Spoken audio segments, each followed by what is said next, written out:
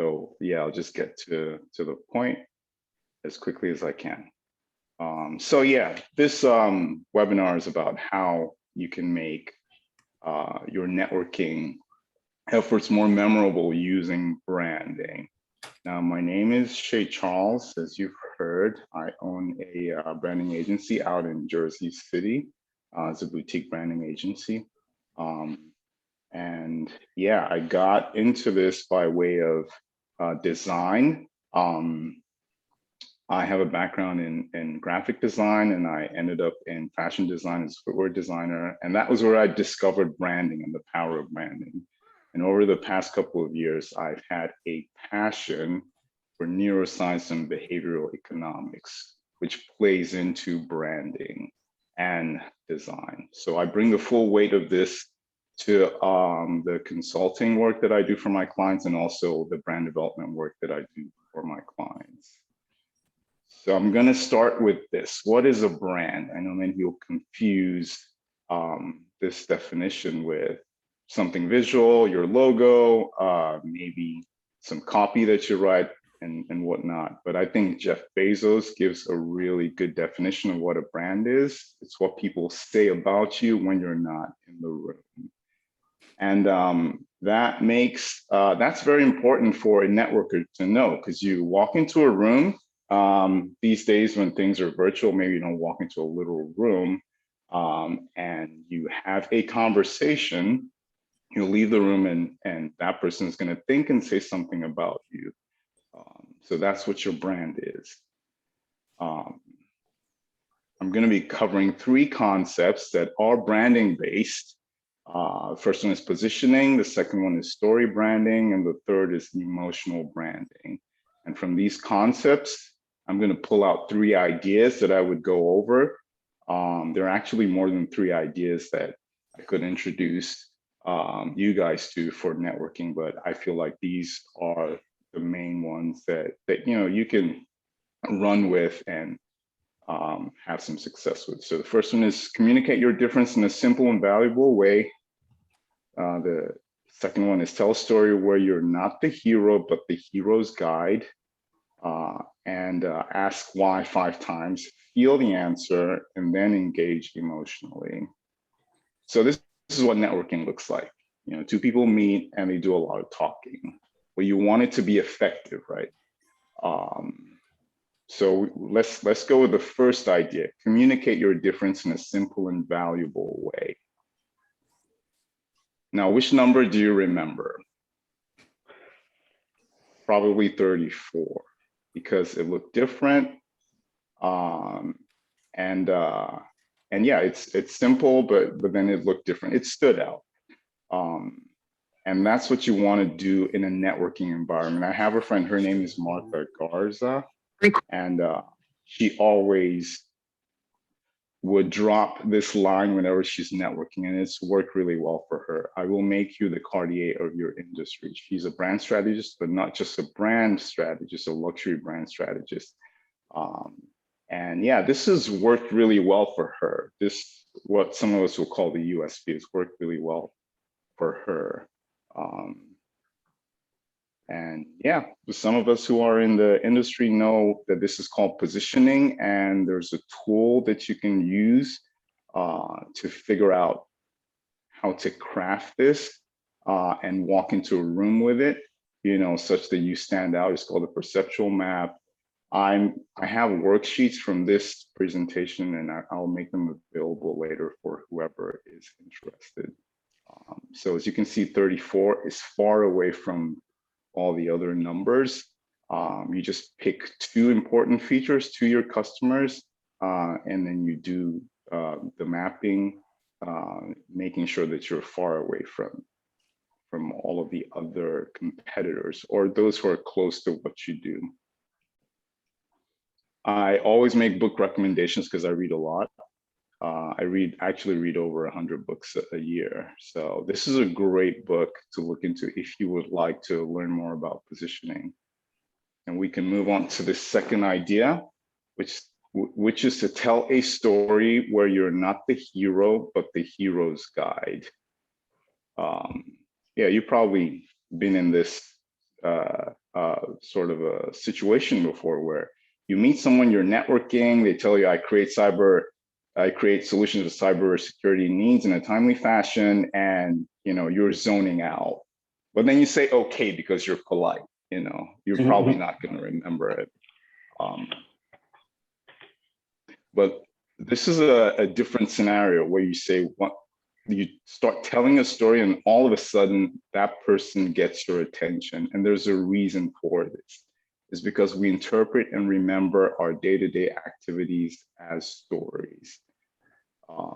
The average person spends 30% of their day daydreaming, and what's actually happening is that they're receding into an internal story until they hear an external one.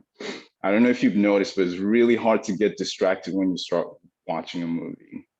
And it's because of the way our brains are wired and the way we grow up. We grew up hearing stories, and our brains just function that way. Typically, a good story has a main character, a villain, or in this situation, the problem that you're trying to solve with your product or your service, a guide, a plan, and a call to action. And a character in his story has a problem. He meets a guide who gives him a plan and calls him to action within that story framework. So if you want to do well with the story, you can use that framework. And this is another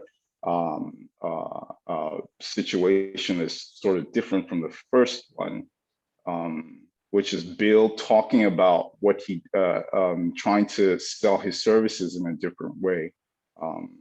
It's not Bill, it's the person, the cybersecurity person.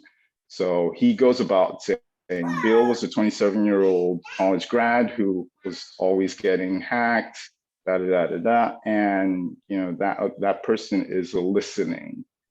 So I would suggest that you share a testimonial that frames your customer as the hero. That does a whole lot better than you just stating what you do factually. And this is called story branding. There's a tool that you can use to create a simple, what we call a brand script, that you can take with you to every networking situation or event or whatnot. It can be really simple. Not something that you would typically write out and memorize, but simple enough for you to remember. Can I ask a quick question recommendation? About that? Right. Shay, just about that opening comment, like someone asked, hey, what do you do? And you gave a very good example of like maybe a more less exciting explanation of things, and then you showed a story. But would you typically lead with like that core thing and then follow up with a story, or do you find a way to gracefully lead with a story in your example?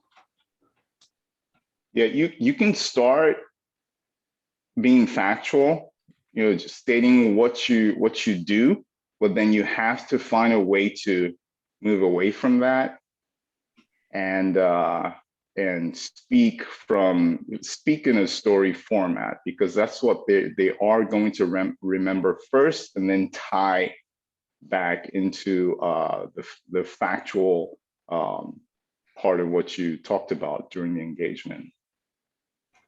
Yeah. Very good. Thank you. Yeah, sure. So yeah, I mean, for those of you who are really into reading, you can look this up, Building a Story Brand by Donald Miller. He actually coined that term. And yeah, it's a pretty cool book that expands on that a little more.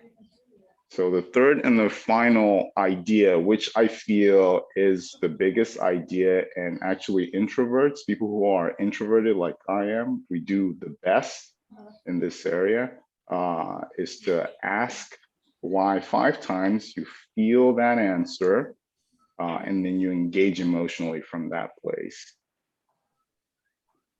Every single need that you're trying to satisfy, maybe be it a product or a service, usually has 2 parts to it. It has a functional part and has the emotional part. And there are usually about 5 layers that you need to pull off to reach the actual emotional need. And the way you do this is by asking why. You ask why 5 times. A really good example is someone needs a performance tracker and you ask them why they need it. And they would tell you, I want to run 13 miles a week. And then you ask why again.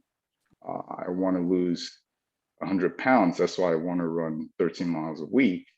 And you ask why again. Why do you want to lose 100 pounds? I want to look more attractive. Why do you want to look more attractive? I'm single and I want to meet someone. Why do you want to meet someone? I'm lonely and don't feel good about myself.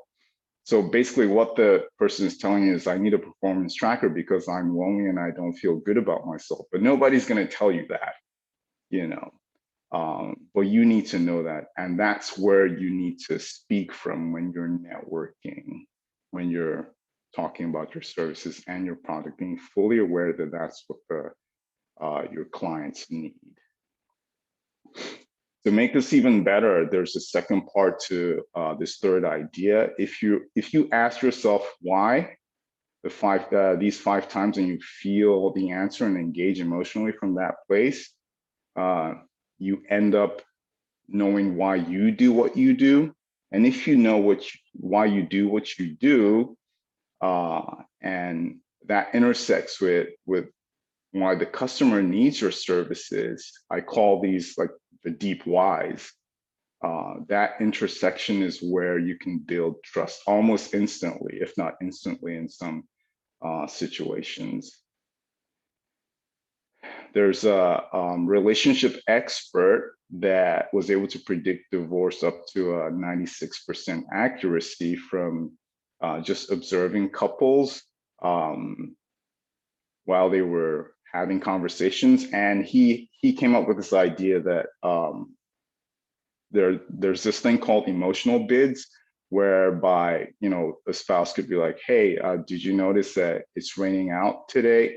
And you know, one spouse, in some instances, like the first spouse may not even respond. He called that turning away from. And then if the spouse were to respond, it's called turning towards.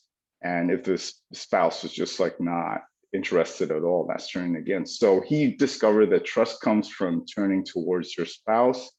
And yeah, instead of in this situation, you know, just turn towards your customer, you know, and that would build trust.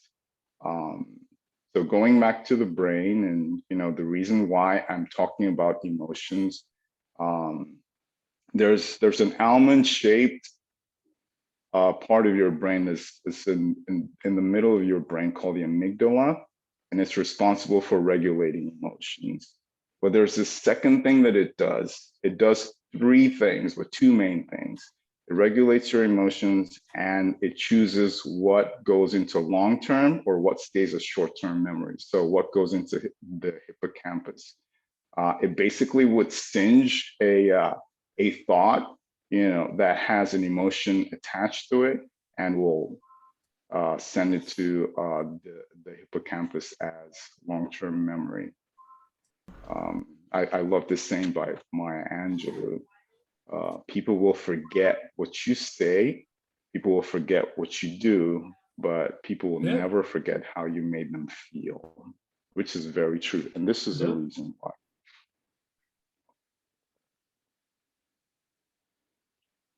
So reframing this, the performance tracker situation. So if you had this person say, I used to weigh 300 pounds and I felt like blank every day, tracking my performance left me guilt stricken. So I invented, you know, this performance tracker, which has, you know, this, you know, features or this user interface. The person who's listening starts to think this is so relatable and credible. And of course, it causes them to remember it. This is called emotional branding. And for those of you who like books, yeah, you can look into this by checking out Emotional Branding by Mark Gobay, or the very famous book Start With Why by Simon Sinek. So I'm just going to go over the ideas again. The first one is communicate your difference in a simple and valuable way. Tell the story where you're not the hero, but the hero's guide. Ask why 5 times, feel the answer, and engage emotionally. For this, if you want this presentation and you want the worksheets, you can just go to brandplusdesign.com and type in PDF. You scroll down to the footer, and you go to the book appointment section and just type in PDF in the subject field, and PDF in the message field, and yeah, submit it. I'll get your message and I will send this to you. Thank you. Thank you. Questions? I have a question right away. And Yeah. I'm sorry to just jump in here, but I have to. So I have a question about that story and that emotional engagement. Like you're talking about asking why 5 times and kind of getting to that core motivation behind somebody's thing, whatever their thing is. Mm-hmm. Is that thing the foundation for the hero story that you may share in a networking environment? Sort of sharing like, oh, for example, I worked with this person, they were challenged by, in this case, Mm-hmm. this specific motivation. I mean, is that meant to, as you're sharing that, just tap into the emotional aspect of any other human being who is looking for that? I mean, is that the goal that we have with that story build? Yeah. You would not go into the engagement,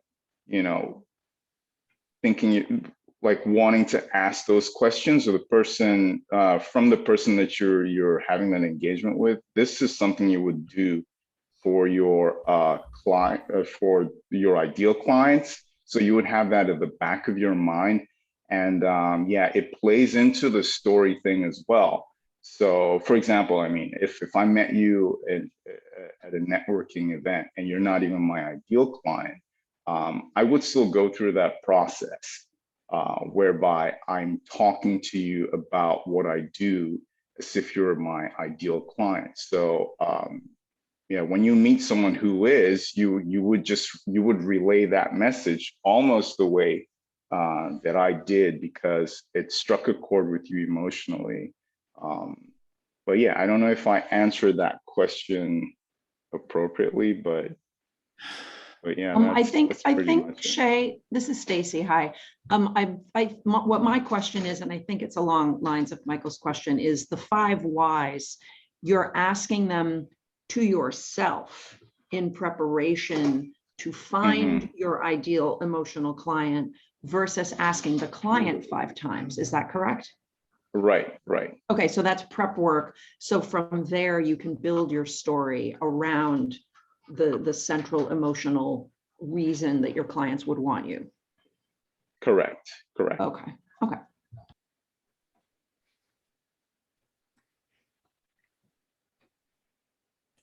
Trying to do that for myself right now.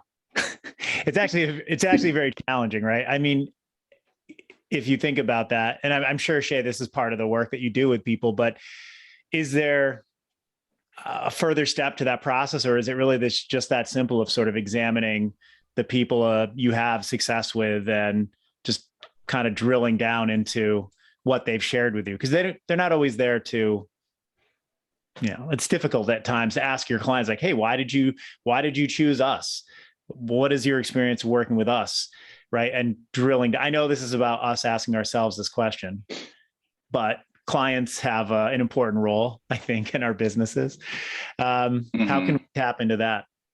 Is there a way? Yeah, I mean, I think you can like ask one of your clients out to lunch and just have a conversation with them, and do it in a very covert, non invasive way. You find out what you try to dig as deeply as you can. I think you can do that to a large extent. I know maybe not for every profession, And if you can't do that on a one-on-one basis, I think there might be some research that you can tap into that's available. And that information would be good enough for you to take with you. Shay, it kind of sounds like, and I think I did this with Michael yesterday at lunch, like you can ask people who aren't your client, but who know similar or be similar to your client, but not your client.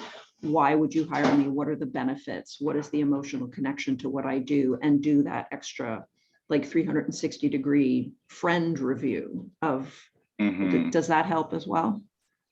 Yeah, that helps because you're stepping outside of yourself and you're pulling someone in who is, even though the person is not the client, but yeah, the fact that you're stepping outside of yourself and you're asking someone else, you're doing a role play.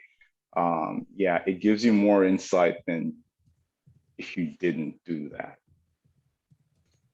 I have an additional question unrelated to this one.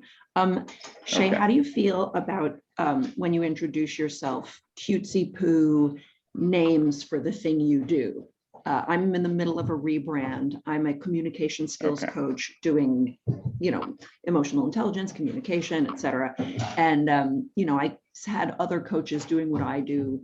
Like, I'm a human skills strategist. I'm a soft skills architect. Like, how do you feel about like things like that? I know Michael hates them. He's laughing already. Okay. Personally, I hate them as well. I hate them. You want to make that as simple as possible. I feel like it comes from a place of, okay, I'm not gonna use this expression. The first expression that came to my mind was like low self-esteem, and like where your profession comes into play. Like yeah, you're trying to puff yourself up to look like someone who's important or an expert in whatever your field is. Just say, hey, listen, I'm a brand designer. That's what I am. And if most of my clients are in only one space or one field, then I'm a brand designer to the fashion industry, or to yeah, that's a whole lot better than saying I'm a brand experience architect that Thank you. I'm glad you feel that way. Does whatever. Yeah, I don't like it.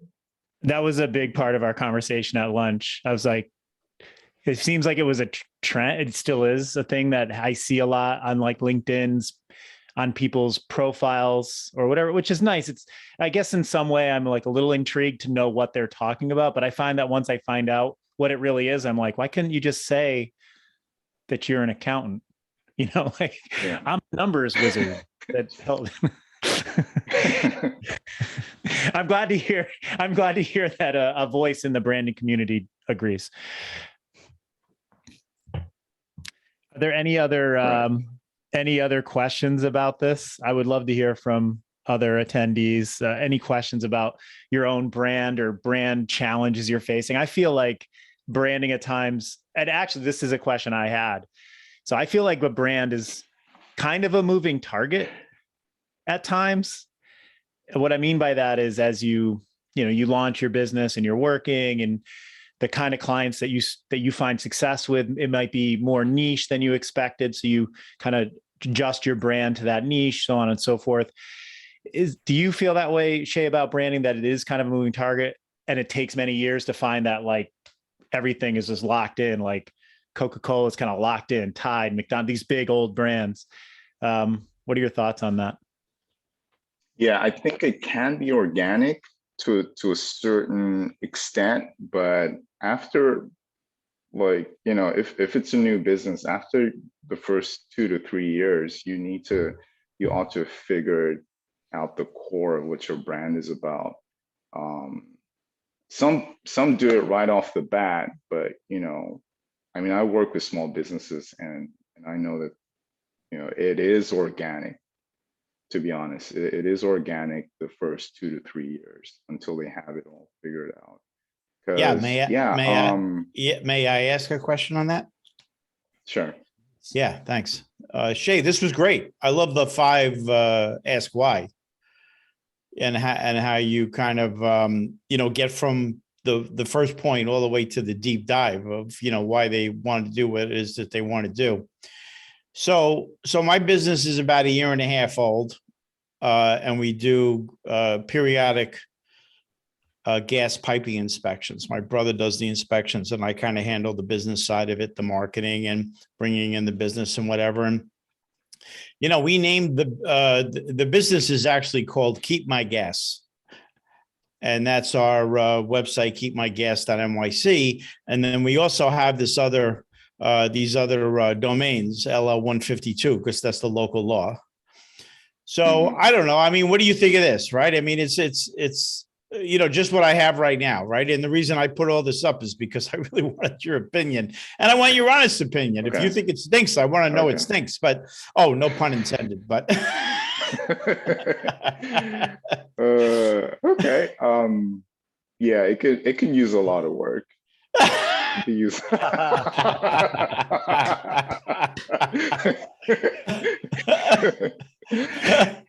That's funny. No.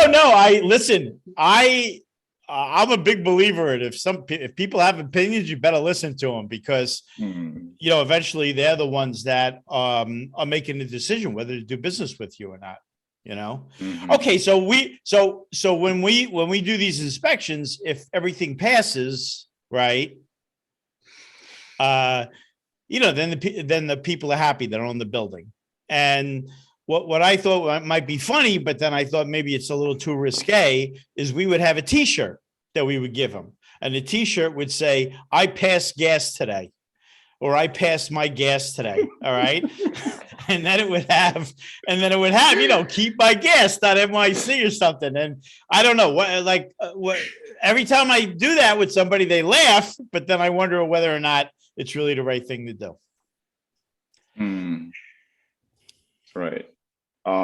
We can actually talk about this later, because I do consulting work. So yeah, if you want to book a session with me, yeah, that would be great. Definitely. Maybe that would be a good idea. Yeah. I mean, in reality, though, like it is dependent on your branding, right? If that tongue-in-cheek kind of communication is in line with the branding you have, and that's helps you be remembered in the community of people who need to have these inspections, then is it funny and kind of maybe a little off center, but maybe that works, right? So isn't that the case, though? It really is about how you want to be viewed as a business. That's what this branding is meant to achieve. So it's not really about right or wrong. It's more about, well, does it fit the message? I think it means it's related to your ideal client. If they appreciate it. I'm in the middle of ShiftCo, and I'm in the differentiation part of it. And I feel like I've differentiated myself, but I want to grow as much as possible. So for me, I don't know, Bill, you wouldn't be doing this, but for me, my whole thing is about helping people reduce the stress inherent in the transitions we face.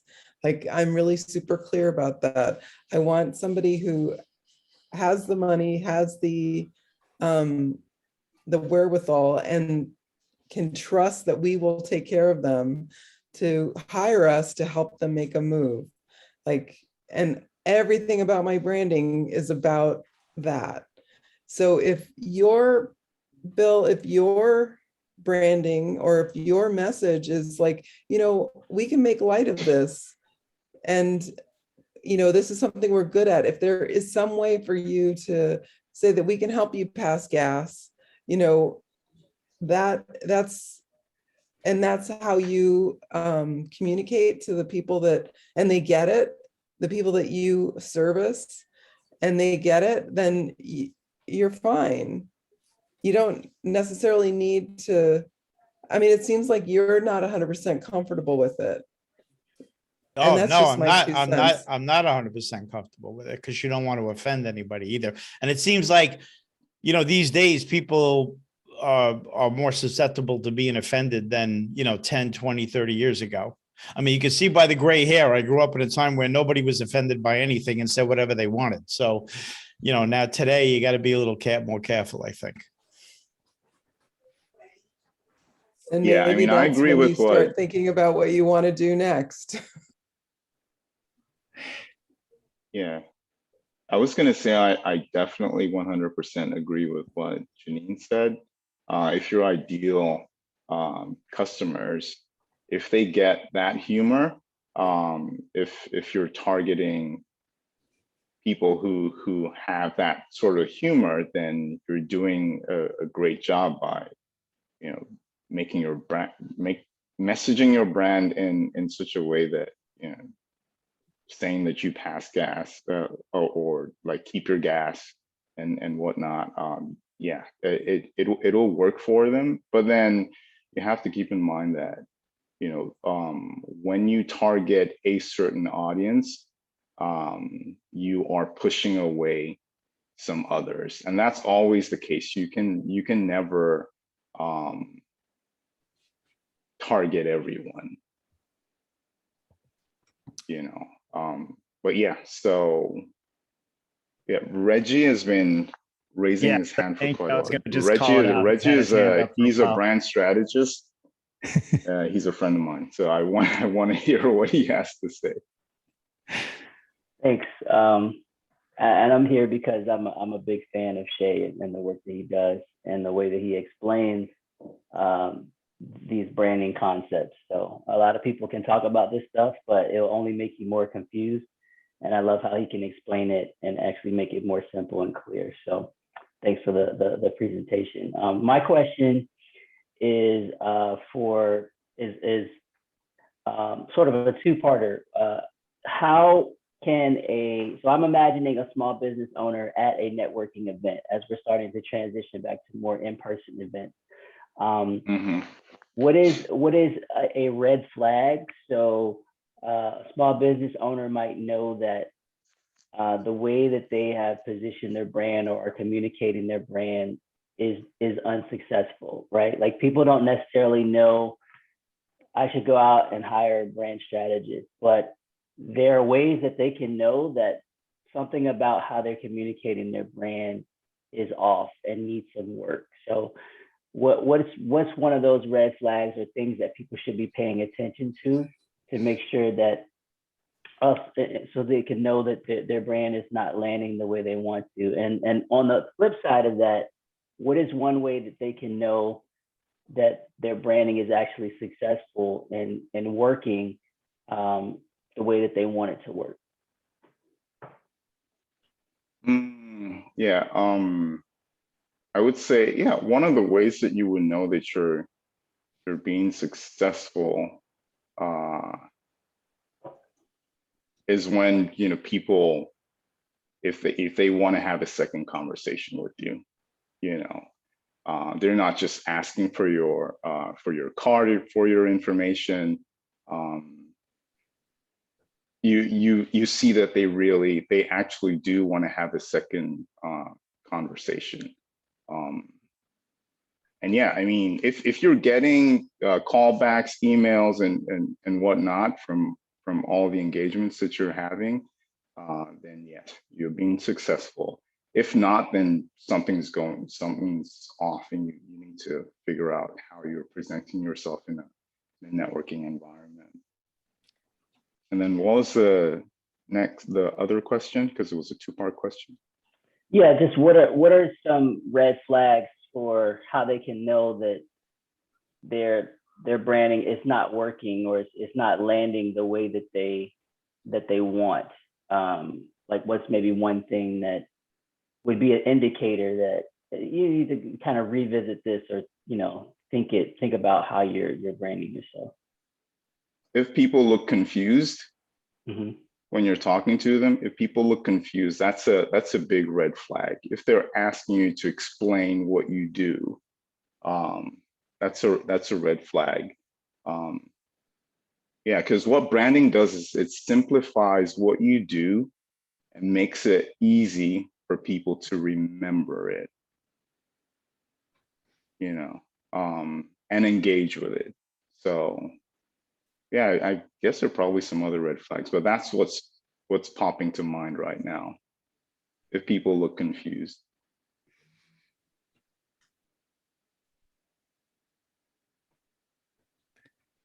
I'm thinking Michael shit looks about that. confused. And like you were talking about if people want to have a second conversation with you, which is a great marker. You know, if you're new to networking or you don't network very often, right? I think most people on this call are pretty heavy networkers in general. Maybe New Yorkers just can't help it. But how many tests do you go through? If you have 100 conversations, or is 30 enough, and only 15 people want to have a one-to-one with you after a networking event? Like, have you considered metrics related to post networking success? And that might be a little bit of a dorky question, but I'm just curious, because I feel like with like pay-per-click, or if you send out a certain number of cold emails, there's always metrics, right? So what are the metrics we might think about in the networking situation? Where branding is related, or networking generally? Well, I mean, a lot of this conversation really is around like the networking environment, how you present yourself, how you present what you do as a business, who you help, how you help them. And I was just thinking about that now. Like, well, in every sort of marketing interaction, except for networking, it seems, at least in my life, there's usually a metric. Well, I talked to this many people and I got this many appointments and I had this many closed sales.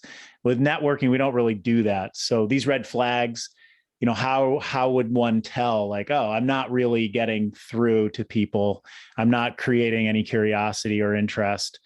You know, is it after you talk to 10 people and you're like, wow, it's crickets? That's, I guess, what I'm asking is, how do you know when you need to evaluate? Because it's probably better to do it sooner than later. Yeah, I would say that I've not come across any metrics per se, like with me being in the networking environment. Yeah, I'm more of I would actually say that I'm more of an amateur networker. I'm not like the best networker per se. You know, but bringing bringing branding and these concepts to the networking environment. Yeah, I'm thinking that, you know, it'll make you more effective, and it's just over time that you would be able to tell the market. Like, I don't really know a way to gauge that right now. That's fair. It's very hard to gauge. Yeah, it's really hard. Actually, I had a very similar conversation with someone who's a brand strategist too. And yeah, he was asking, was like, you know, I'm having all these engagements and whatnot, and I want to be able to prove to people that if they were to do X, Y, and Z, that they would get, you know, A, B, and C, but I've not been able to figure it out. He asked me, have you been able to do it? And I was like, no, that's the holy grail. I've not been able to do it. Yeah, so there are results though. You do get results, but how to get those metrics, I've not been able to figure that out. Okay. That'll be the next webinar. Figure that out. Michael, I would Yes. say, you know, I find that, you know, I love to network. So I do it all the time, as you well know. That's how I met you, right? I think that networking doesn't necessarily have to be about branding so much as it is being a connector, because you may not always be the person that can solve the problem, but I find that people think I'm brilliant when I ask them questions about themselves. So, and their assumption is that I'm amazing because I spend more time asking them questions about them and how I can help them find solutions to whatever their problems are. So that's my tip for you, Shay. Janine, you might Thank you. also be amazing. Yeah. It may be two. There may be two factors here, but that's correct. And Reggie kind of, I don't know if everyone can see this text, but he did say he thinks that it's more about people that can refer you or introduce you, people that understand what you're about, who you're trying to meet. And when you see that activity, whether it be for like direct business opportunities, or if it's introductions to people that might have clients that you could serve, it's proof that you're probably communicating well. I'm By the way, paraphrasing. I just want to say, Michael, you do a Very very good true. job of asking those questions and all that. So to Janine's point, I think, Michael does a really good job of that. And everyone could probably learn a few things from him. Well, I'd like to say that it's but it's, I think that networking is about exactly what Janine just said. It's like, if I don't ask questions to understand what you really do, well, it's going to be hard for me to remember you when I meet someone who might be very relevant, or if a client comes along that would be happy to know you because they have a project that's relevant to your service. Right. So it's like, that's my approach to it, is like, I want to know you so I can make introductions to you so we can have, a productive networking. I enjoy it. I think it's something I kind of do a little bit naturally. I think it's a skill though, for some people that they have to learn. I haven't figured out yet exactly how to teach people to do it. I don't know. Janine, have you had any success with your team? Because you have a pretty good sized team. Have you had any success helping your team learn to do what you do in terms of question asking? You mean in my business? Yeah. Well, they're not actually going out and doing the networking. That's my job, is to bring in the business.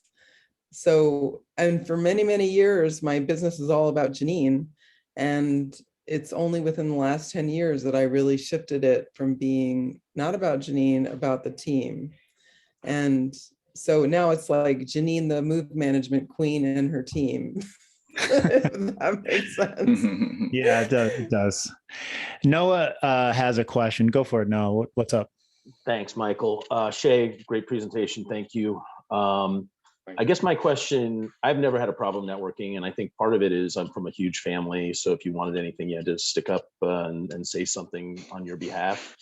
I was a trial attorney for years before starting Ripple.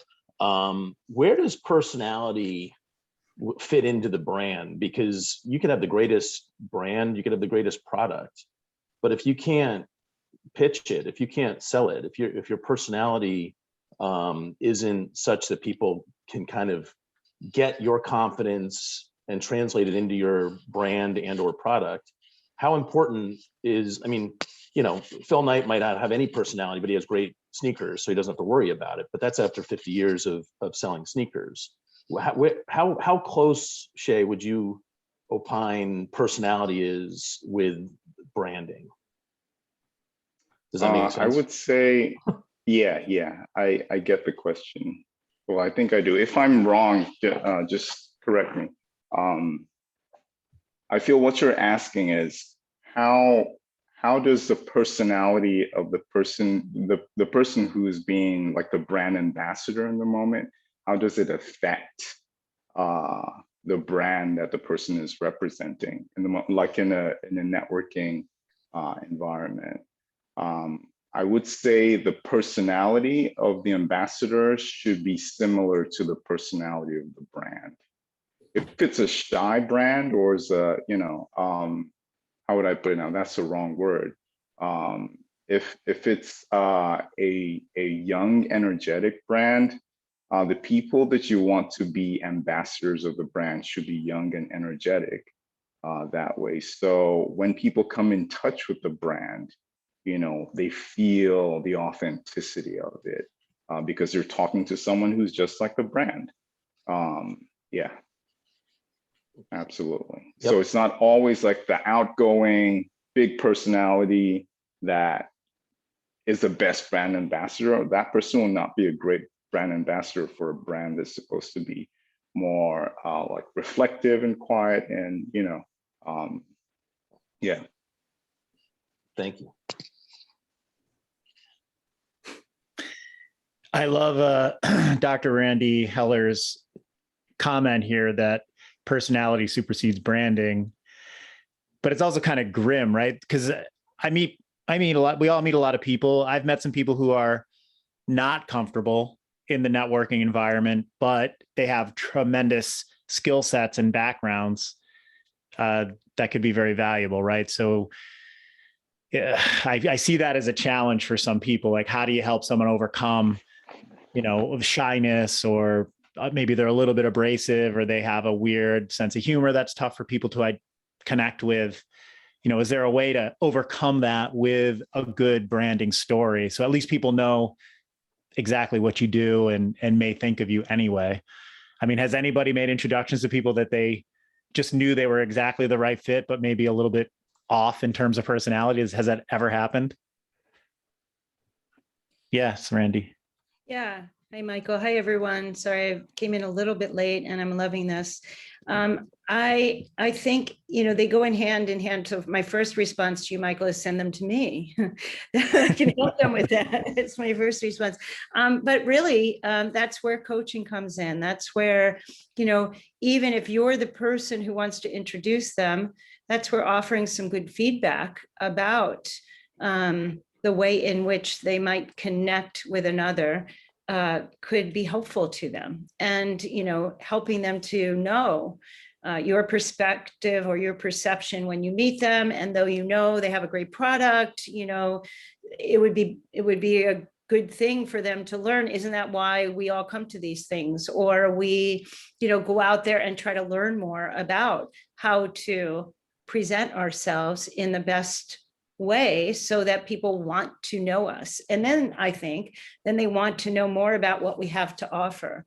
But if we don't exude confidence and we don't exude a belief in ourselves and what we have to offer, I don't know that it matters what we're offering, and so it's a double-edged sword. And I think it behooves someone like that to learn more about how to become their best self. And again, that doesn't diminish, and everybody's got a different personality that fits. Some people might think, a person is too much, or as opposed to thinking they're not enough. But I think it's about finding that balance. And like you've talked about, Shay, about meeting the clients where they are, knowing your audience and meeting people where they are.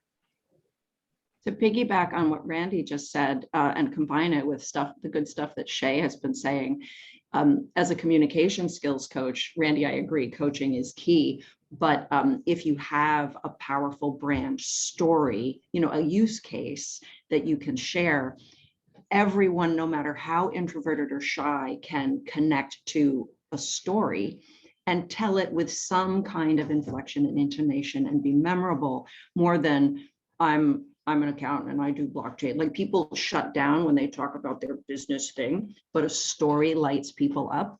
And introverts, extroverts, there's a sliding scale of energy. And if you're introverted, we just want you at your highest, not my highest, to keep it authentic. And having a great story, having Shay help you do that would, I think, be the easiest in to that. Yeah, I agree. And that's, what I was implying when I said being your best self, right? Whatever that best self is, because I agree with you. If I try to be Shay, it's not going to work.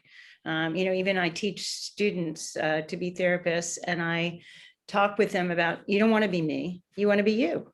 Applying what you're learning from me, but you don't want to be me because that's not authentic, much like you're saying. And we're speaking the same language, Stacey. Nice to meet you. Nice to meet you as well, Randy. Thank you. Are there any more questions?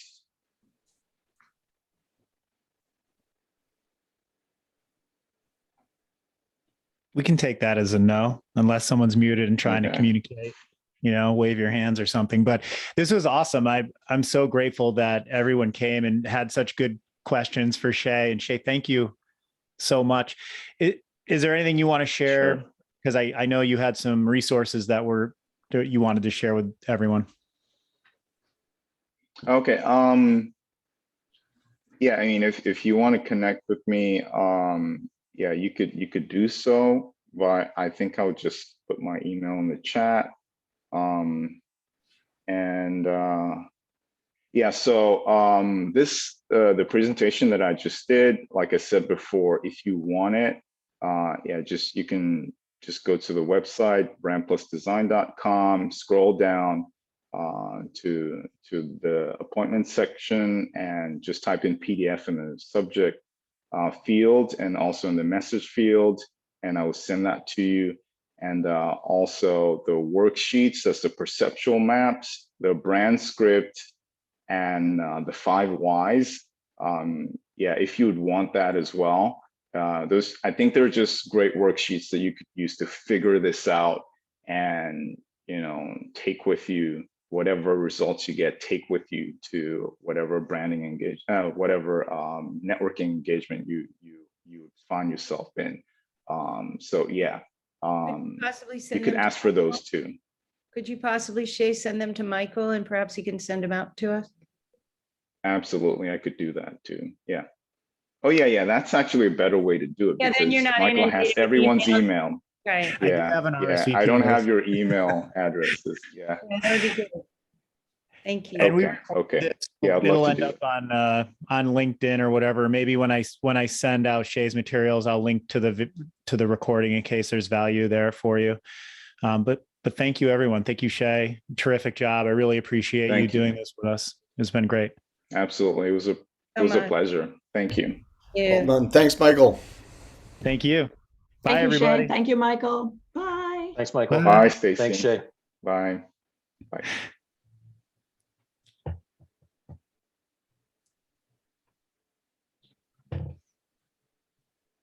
See who logs off last.